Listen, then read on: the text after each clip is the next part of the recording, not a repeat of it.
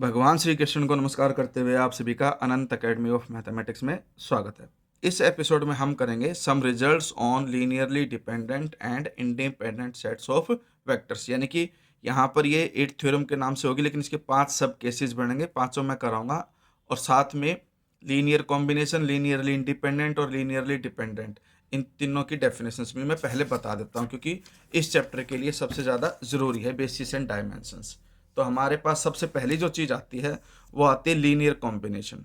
Linear combination में क्या होता है कि एक वेक्टर होता है v, जो कि वेक्टर स्पेस Vf से बिलोंग करेगा, is said to be linear combination of vectors v1 v2 vn belongs to v if v can be expressed as v is equal to a1 v1 plus a2 v2 plus an vn where a1 a2 an are scalars of f। यानी कि इसको आप इस तरह से समझिए कि भाई एक हमारे पास वेक्टर स्पेस है vf, ठीक है। हमारे पास एक वेक्टर आया स्मॉल v जो इससे बिलोंग करेगा। अब इस v को मैं अगर इस फॉर्म में लिख देता हूँ a1 v1 a2 v2 plus so on करके प्लस में an vn, तो हमारे पास जो a1 a2 an यानी कि जो a1 a2 and so on करके an, ये तो है स्केलर जो किससे बिलोंग करेंगे f से। और जो वेक्टर्स है v1 v2 v3 and so on करके vn, ये वेक्टर्स हैं किसके, vf के।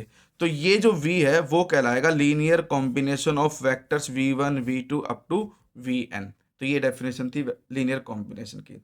इसके बाद आता है लीनियरली इंडिपेंडेंट, ठीक है। लीनियरली इंडिपेंडेंट में क्या है कि अगर मान लो कोई वेक्टर v है जो vf से बिलोंग करता है, और हमारे पास स्केलर आते हैं a1 a2 an belongs to f, और vectors v1 v2 vn belongs to vf, और कंडीशन हम ये लिखते हैं इसके अंदर कि भाई a1 v1 plus a2 v2 plus a3 v3 plus so on plus में an vn, ठीक है। तो यहाँ पर हम लीनियर कॉम्बिनेशन में तो v लिखते थे, लेकिन अब की बार लीनियरली इंडिपेंडेंट के लिए हम इसको इक्वल टू v ना लिख करके इक्वल टू 0 वेक्टर लिखेंगे। और अगर आपके पास कंडीशन ये आ जाती कि all a1 a2 a3 and so on करके अप टू an आर 0, अगर सारे के सारे स्केलर 0 हो जाते हैं तो वो क्या बनेगा, लीनियरली इंडिपेंडेंट। अगर इनमें से कोई भी एक at least one scalar is non zero, then the set of vectors will be linearly dependent. तो लीनियरली इंडिपेंडेंट और डिपेंडेंट में यही डिफरेंस है कि स्केलर अगर सारे 0 आते हैं इस कंडीशन के लिखने के बाद तो वो होगा लीनियरली इंडिपेंडेंट, और अगर कोई एक भी, ज़्यादा हो सकते हैं लेकिन अगर कम से कम एक भी नॉन जीरो आ गया तो वो क्या बन जाएगा, लीनियरली डिपेंडेंट। अब हम आते हैं थ्योरम्स पे। देखिए सबसे पहली थ्योरम इसमें यह है कि भाई every super set of linearly independent set is linearly independent. पहले तो बुक की स्टेटमेंट को समझिए, फिर उसके बाद मैं एक्सप्लेन भी करूंगा अच्छे से। मान लो जो S1 है उसके अंदर n वेक्टर्स है v1 v2 vn, और ये लीनियरली इंडिपेंडेंट है। तो लीनियरली इंडिपेंडेंट है, इसका मतलब हमारे पास a1 a2 a3 an तक ऐसे स्केलर आएंगे जो मल्टीप्लाई करके एडिशन करोगे इक्वल टू 0 रखोगे तो a1 a2 an all are 0, सारे के सारे क्या होंगे, 0 होंगे। फिर हम एक और सेट लेंगे S2 जिसमें हमारे पास r वेक्टर होंगे v1 v2 vr, और जहाँ पे r जो है वो लेस देन n होगा, और ये सबसेट होगा S1 का, ठीक है। क्योंकि S1 के सारे एलिमेंट ऑलरेडी, सॉरी S2 के सारे एलिमेंट ऑलरेडी S1 में होंगे। अब सारे स्केलर 0 हैं, उनमें से अगर मान लो an से पहले ar तक के मैं उठा लूँ, भाई an है, जैसे कि हमारे पास ये कंडीशन आ गई थोड़ी देर के लिए, इसको इस तरह से समझो कि जो S1 है उसके अंदर तो हमारे पास v1 v2 v3 and so on करके vn है। S2 जो है उसके अंदर v1 v2 and so on करके सिर्फ vr वेक्टर्स हैं, ठीक है। हमारे पास जो r है वो लेस देन n है, तो ये आपका जो सेट है वो लीनियरली इंडिपेंडेंट है। इंडिपेंडेंट होने की वजह से a1 v1 a2 v2 plus so on करके प्लस में ar vr प्लस में ar plus 1 vr plus 1 and so on करके प्लस में an vn इक्वल टू 0।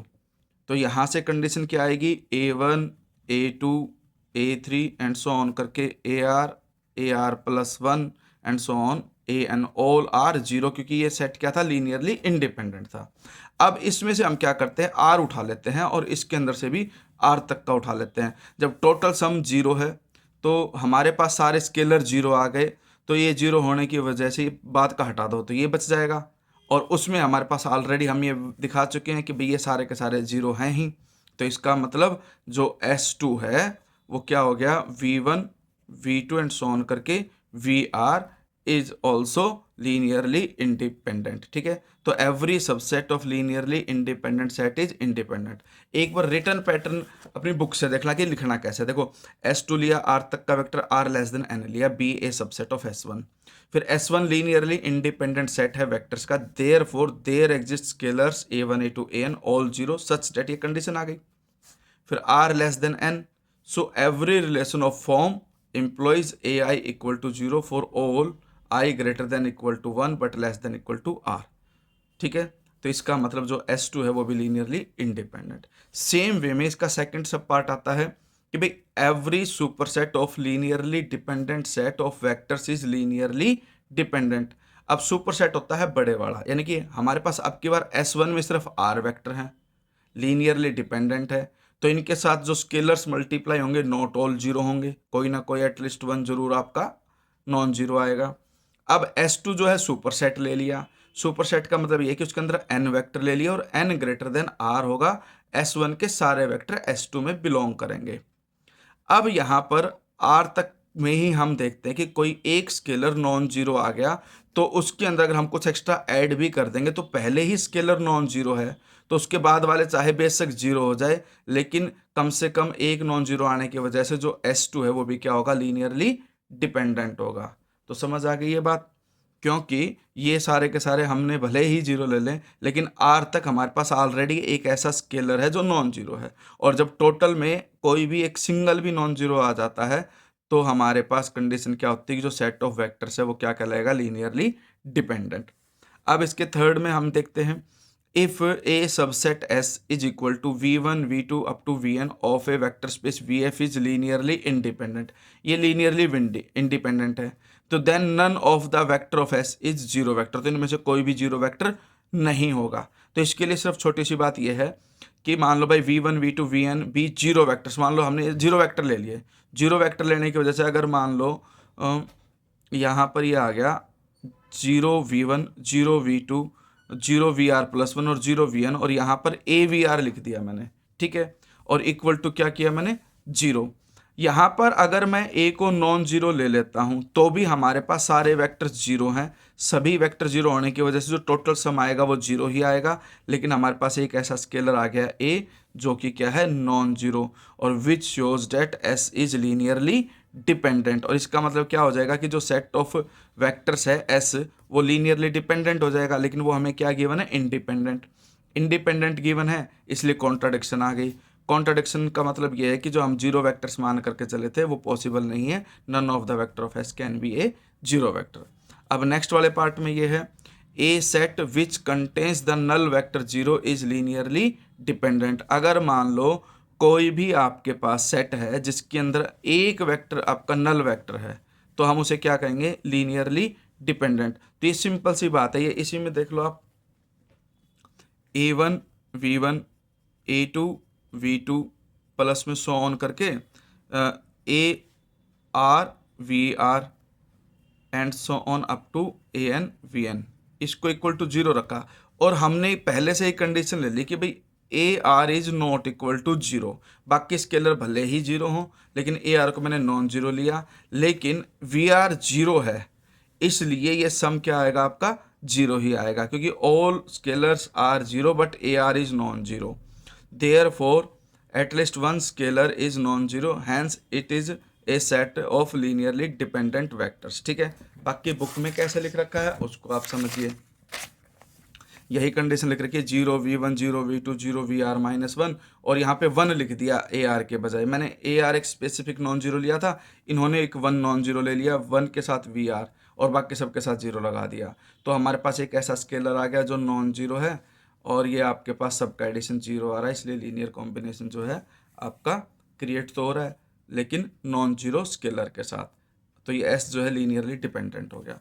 अब लास्ट है इसके अंदर फिफ्थ वाला सब पार्ट, वो ये है, if a vector V is a linear combination of n vectors V1 V2 Vn, then the set of vectors v1 v2 vn v form a linearly dependent set.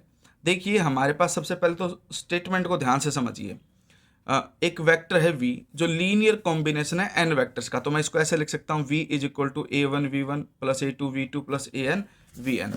हमारे पास यहाँ पर जो v है वो लीनियर कॉम्बिनेशन है a1 v1 a2 v2 and so on करके plus में an vn।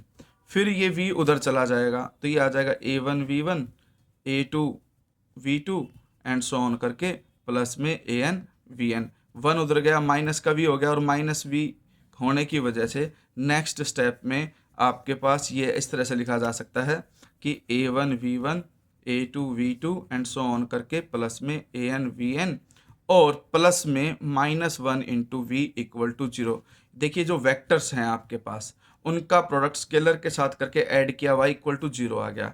हमारे पास -1 जो है वो नॉट इक्वल टू 0 होता है, यानी कि हमारे पास एक स्केलर ऐसा आ गया जो नॉन जीरो है। तो therefore set of v1 v2 vn and v is linearly dependent. यही हमें इसके अंदर वेरीफाई करना था।